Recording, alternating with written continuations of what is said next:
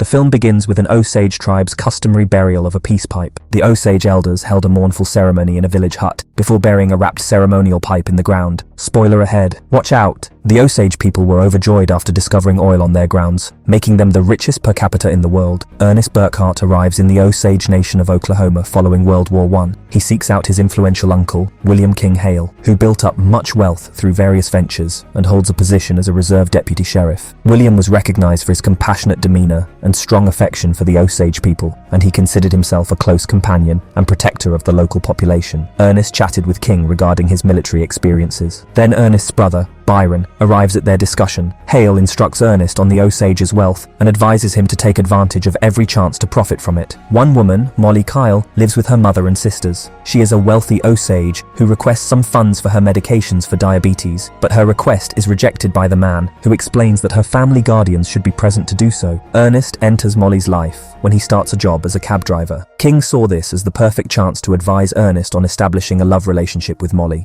Ernest and Byron had also been associated with armed burglaries attacking the Osage people, but by hiding all of these mysterious acts, Ernest and Molly became familiar. Their bond developed into something more serious, and Ernest eventually married Molly. There was an ill female at the celebration. King took steps to comfort her, but unfortunately, she passed away. Everybody was sad about the situation. At the same time, in the local area, a number of unexplained murders occurred, committed by men working for Hale and trying to take back control of their fortunes. Hale said that if more members of Molly's family pass away, Ernest will be entitled to more fortune. Following all those deaths, Molly's death will transfer all her belongings to Molly. Ernest understands this and takes steps to follow each and every piece of advice Hale gives him. Ernest and Molly already have 2 children. Here, Lizzie, Molly's mother, discovers a symbol of danger, an owl outside the window, and tells Molly that spotting the owl meant their family was about to die as a result of Molly's actions, implying that marrying a white man could contribute to the Osage's ruin. Even though these thoughts might have disappointed Molly, she would realize the truth soon. Then, Anna, Molly's sister, arrives drunkenly to sit on Byron's lap, but he pushes her away, causing Anna to slap Byron. Ernest and Molly intervened to end the fight. The next day, Anna and Byron reunited and left together. Then, Anna and another Osage guy were discovered dead on the same day. Following their deaths, another meeting was scheduled in which Molly promised a reward for information, resulting in the arrest of her sister's killer. The tribe council commanded Mr. McBride to make a trip to Washington, D.C. and meet with the Indian Affairs Commission to request assistance with the criminal investigation. Unfortunately, he was fatally stabbed. Not only that, Molly takes her responsibility to the next level and meets with William Burns, the expert private investigator hired by Molly to look into the death of her sister. It was discovered that Anna was pregnant at the moment of her death. Moving on to Molly, Ernest had been discreetly monitoring her and sharing all of the detective's findings with King. At the same time, a gang robes all of Anna's jewelry from her grave.